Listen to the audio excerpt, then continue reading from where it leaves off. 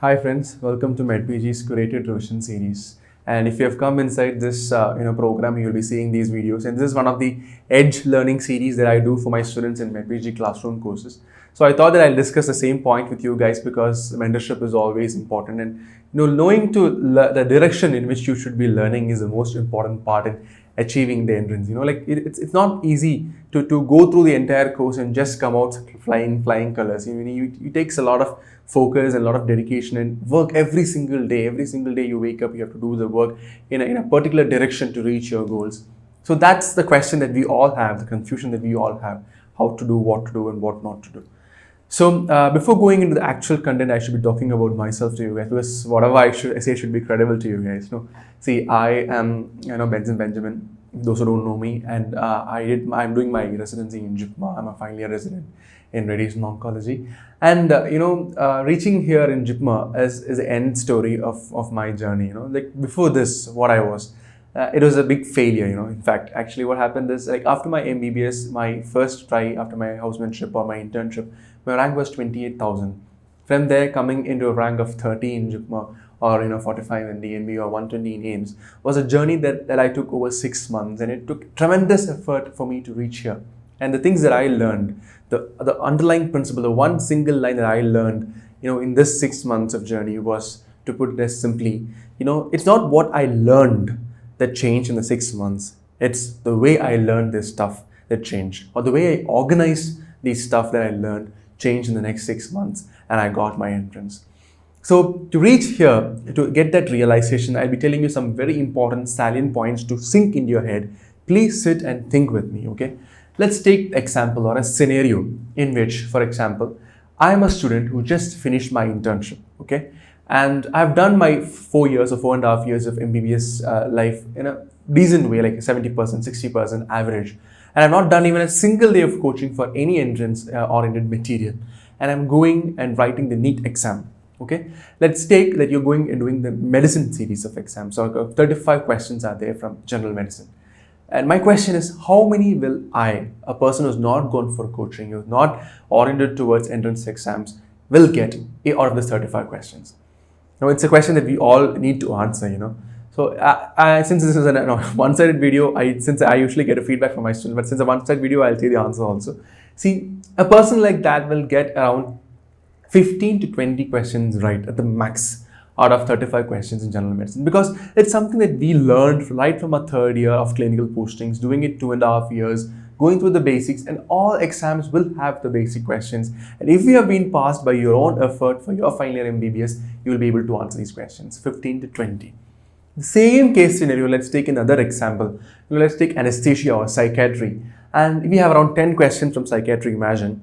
And if you're a person who's gone for the psychiatry exam like this, you've not gone for any coaching, no entrance-oriented material, going and writing psychiatry, you will score around 2 or 1 question out of 10, because as an undergrad student, we were never exposed to psychiatry as a subject. And the same way, if you do anatomy, physio, biochem, patho, pharmac and micro, what happens is that it's so remote subjects, we learned it so many years back, was not in touch with them. So to get a score in those subjects, it will be, it needs effort, it needs learning, focused learning and approach towards these subjects. So that comes via oriented learning. But at the same time, if you do medicine, surgery, medicine, surgery, pediatrics and gynecology, these are the things that we learned very recently and we've always been in touch with them. We finished it in housemanship or internship. So average 50% score is guaranteed. So, and from there, imagine I'm going to spend 1 full month, the entire month into medicine, learning every single topic, every single question being asked in the last 5 years, and still goes for the exam. The maximum score that I'll get out of 35 will be 30, and I still lose 5, because 5 will be always very new, relatively ongoing research areas that nobody can answer. So to increase your score from 25, 15 to 20 to 30 or 28, you had put 1 month of tremendous amount of time and energy and resources, ultimately scoring around 10 questions extra. At the same time, imagine anatomy, or let's take pathology or pharmacology, which we have not learned for a long time. You put some 1 or 10 days or 15 days of study into anatomy, and if it's a good subject for you, you will be able to score at least, out of 17 questions, around 14 to 12 questions can be scored by you by just 10 to 15 days of focused study in your first learning, and then around 5 days of revision in a second or a first or second revision. So that gives you yield towards your effort. So effort to yield ratio is something that you always have to keep in your mind before going in for the preparation. So you select your subjects according that you give priority according to the effort to yield ratio you have to put in. So understanding this basic concept, let's also go into another higher level of concept. That's your plus subjects and your minus subjects. Those who have already listened to my video series would have understood that there are some subjects that I'm intrinsically good on. For example, I am very good in physiology and I love nerve muscle physiology. I love respiration and how the movements and the volumes. So those are some things that I'll never forget in my life.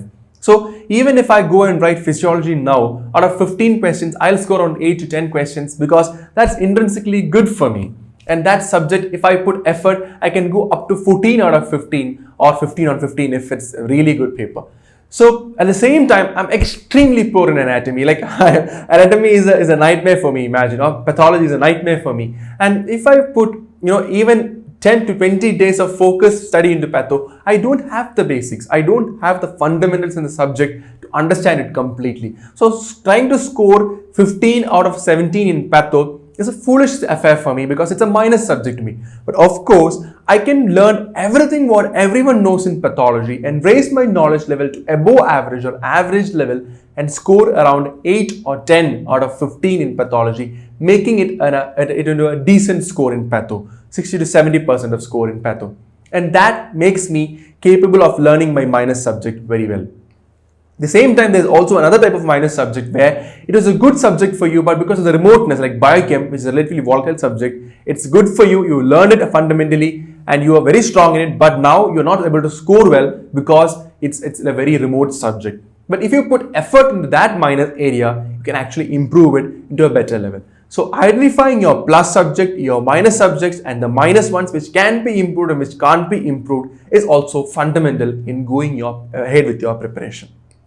So after understanding these two concepts of effort to yield ratio and your plus and minus subjects, let us go into the plan on how to do your revision. What are the fundamentals in having an effective revision plan? See, I've always told my students that it's about a smart study that is more important than anything else. Doing a smart study, what does it mean? It's not about studying hard or studying the best possible things in every single thing in every single subject and trying to reproduce everything in the paper that is meant by smart study.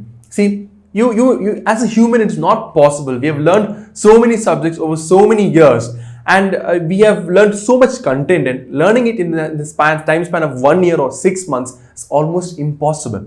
So what we have to do is to make a compromise or come to an understanding that I am gonna have dash rank, that is a target in front of you, saying that I'm having a dash rank in Neet-Pg, and with this rank I'll get this particular subject in this particular college.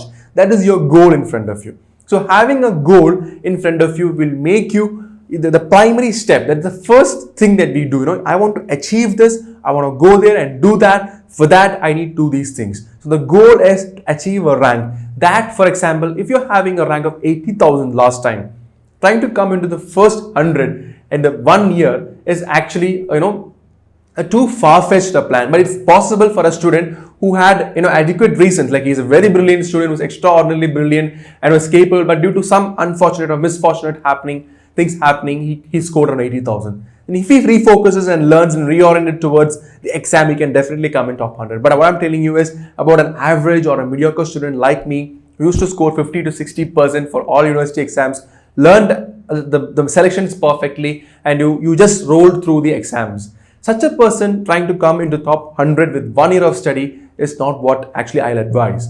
But definitely you can always dream of coming into top 5,000 or 10,000 where the actual competition happens. To come into that competition, what you need is a foolproof feedback-oriented mechanism in which you will know that I have a goal of 5,000 rank to get dash subject and I need to do these things. That is, First thing, I should have adequate content with me. Second, these content should be learned properly by me, and each and every topic or area that I've done, if that area has a question or an MCQ coming from that part, I should be able to solve it perfectly. If I'm not able to solve a question or an MCQ from an area that I have learned, it's as good as not learning. And also, each and every day I go through my preparation, I should know that I am on the right track. That feedback from the subject, the micro feedback and the macro feedback. The micro feedback is you do one particular topic in anesthesia. For example, let's take inhalation anesthetics, and you do 30 questions in that, you get 50 questions right, 50% you have the right score. That's actually good for you. And you know that you need to improve 20 more. So don't waste your time there. Learn the next topic better and score 70 there. And then on the overhaul, like you finish more and more subjects, your average will keep on improving. When you come back and do the revision, you will still maintain the 70% in all these subjects, and that 70% will fetch you the rank that you want. So that is your micro feedback. At the same time, imagine a scenario in which I'm going to take patho or pharmac or micro and start learning it. Pathology, I'm going to do 10 days of study in pathology. And first day I started pathology with a lot of enthusiasm. I went on reading the theory 1 day, 2 days, 3 days. And then the 4th day, what happens is I lose my focus because that doesn't give me that drive. I'm not able to finish pathology in the way I wanted to finish. So what happens is, that negative feedback, that negative energy comes in you loses your focus, and whatever you do beyond that will not be retained in your head. So I always tell my students that you break down your subjects into modules that you can finish or achieve. And these modules should be learned in an appropriate timeline so that you always achieve your timelines. That gives you the positive feedback. For example, if I have kept hematology will be finished by me in 4 days and I finish it in 3 days, that gives me the feedback or the kick that is required to go ahead to the next subject.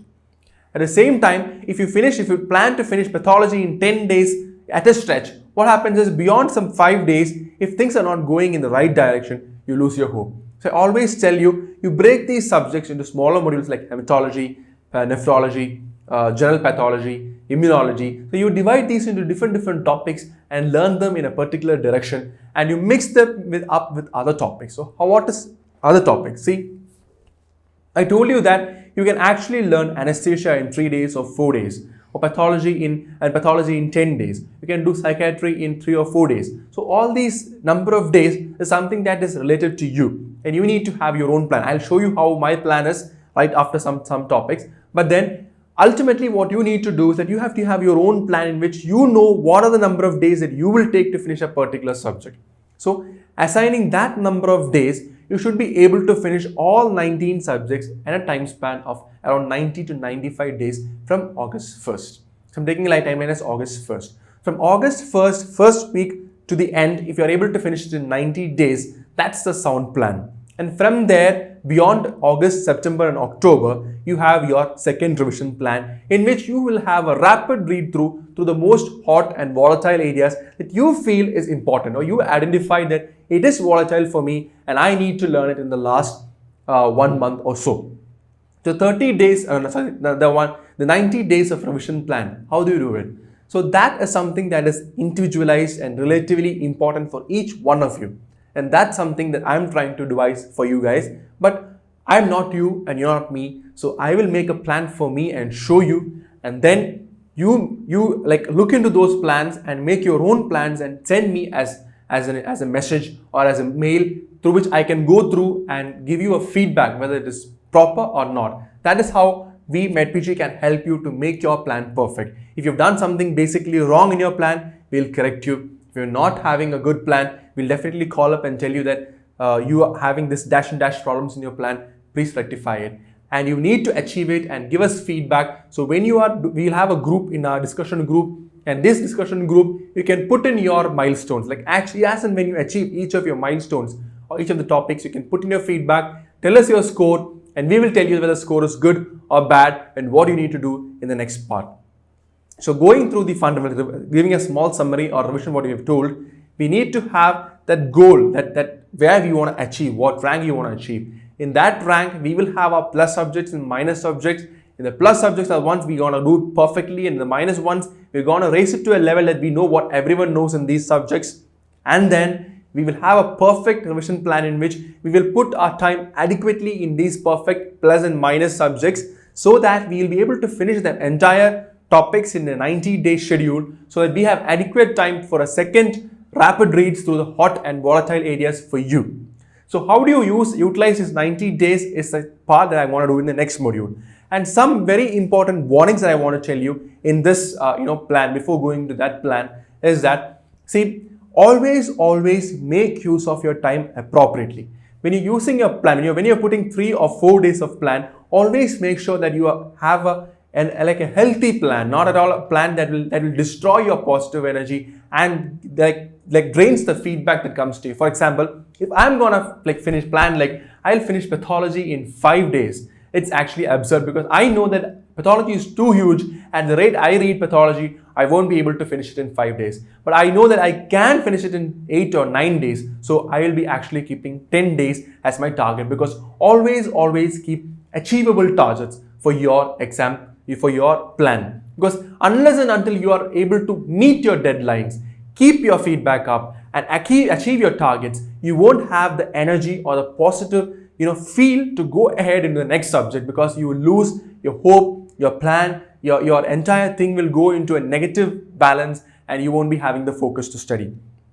That's one point. The second point is always make sure that you sleep for 6 to 8 hours. It's a very trivial thing, but buddies, I know I'm getting so many calls from so many people, and during the exam phase, I see so many of my students, they all go into a breakdown, they lose their sleep, they lose their focus to continue studying, and that just crumbles the entire plan down. It comes like a card palace, and your exam 3.5 hours just goes like a waste. The 1 year you put into your preparation completely goes waste because of your nervous breakdown. So always make sure that 6 to 8 hours you sleep, and the amount of time you study, use it effectively. I hope all of you are knowing Dr. Abbas Ali. He is one of my teachers also. He teaches in Medpg too. So he has given you a very proper and one of the best plans to use your time properly. That is a Pomodoro Technique. In fact, I used to use Pomodoro Technique to study also when I was doing my preparation. See, I always used to make sure that I have a plan for the day. I have a plan for a session. That is, the day is, if I'm today morning, I'm going to wake up and start my studying. I know that I'll study or finish dash part of dash subject on that day. And that particular part, for example, it's hematology, I'll be dividing it into 2 or 3 or maybe 4 or 5 sessions, which I'll be keeping as 45 minutes to 1 hour each. For example, in the morning, if I'm going to start with hematology, lymphomas, I'll start with Hodgkin's lymphoma, and I'll tell to myself that I'll finish Hodgkin's lymphoma in 2 sessions. That is, and then I'll go into non-Hodgkin's lymphomas. So the thing is that 45 minutes I start with Hodgkin's lymphoma. I'll keep my phone in the flight mode. I'll keep up from all my disturbances, and I'll keep my timer up. At 45 minutes, when the bell rings, I know that I have done a 45 minutes of focused study, and I need a break of 5 minutes. So I take a break of 5 minutes, then come back into my session 2, start with Hodgkin's lymphoma and continue. And in the second session, 45 minutes to 1 hour, second bell rings, I go for a break of 10 minutes. In the 10 minutes, I call somebody very close to me, or very relaxed person whom I can find a lot of positivity. I talk to that person or go out, have a tea, and I come back. And then I go for my third session. In third session of 45 minutes to 1 hour, at the end of it, the bell rings, I go for a break of 15 minutes. And that 15 minutes will be used for my lunch or my dinner or my tea, or something that is very important for me to execute in that day. 15 minutes. And then starts session 4. The session 4 is back to the ground zero. That is, after the session 4, 45 minutes to 1 hour, I have a break of 5 minutes again. So that is, then the second one, 10 minutes. Then the third one, 15 minutes. So it's 5, 10, 15 breaks, 45 to 1 hour, 45 minutes to 1 hour of sessions each. And that's how you use a Pomodoro technique. That is, each session is 1 Pomodoro, and you have to finish that and take a break and make sure that you get your focus back. And always, when you call someone or when you talk to someone in that particular day, make sure that you talk to the most positive person and the most eligible person to waste your time on. That is your break time on. Don't waste your time on somebody that's so negative, who will drain off all your energy and make you go into depression. That should not happen. So always have good company, good people around you. Make sure that you have a plan for that session, plan for the day, plan for the week, and plan for the month. And that should be all be achievable. Having a plan is different. Having an achievable plan is different. An achievable plan is a plan that you have realized yourself, where you stand, what my aim is, and how will I reach my aim. And that aim can be achieved in these many sessions by learning these subjects and doing these MCQs. That is like, you can choose any material. Maybe I will be actually giving you a small session on the materials also, but then I'll tell you wherever you are, whichever institute, X, Y, or Z institute, going any video series or doing any question bank series, it doesn't matter, as long as you give justification to that particular material you do. You justify the material that you do.